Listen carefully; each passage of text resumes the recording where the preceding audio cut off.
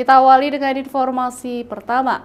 Saudara, Satuan Reserse Kriminal Polresta Banda Aceh menangkap satu pelaku pencurian rumah kosong di Banda Aceh. Pelaku berinisial MU 26 tahun sempat bekerja di rumah tersebut sebelum melancarkan aksinya. Rumah yang ditinggal pemilik dimanfaatkan pelaku untuk mencuri emas batangan, uang tunai hingga barang-barang berharga lainnya. Total kerugian mencapai 200 juta lebih. Polisi berhasil mengamankan pelaku di salah satu hotel di kota Banda Aceh setelah menjual hasil curian ke sejumlah toko emas di Banda Aceh.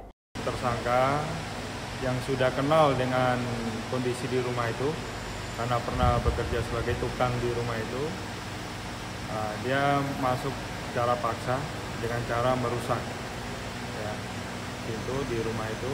Kemudian dia langsung menuju ke tempat kamar utama. Di situ ada berangkasnya, dan saya yakin juga tersangka sudah tahu kalau di situ ada berangkasnya.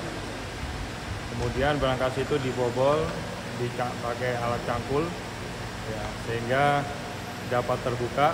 Dan setelah terbuka diambil perhiasan dan beberapa uang untuk dibawa oleh tersangka. Saat ini pelaku ditahan di Polresta Banda Aceh untuk pengembangan kasus.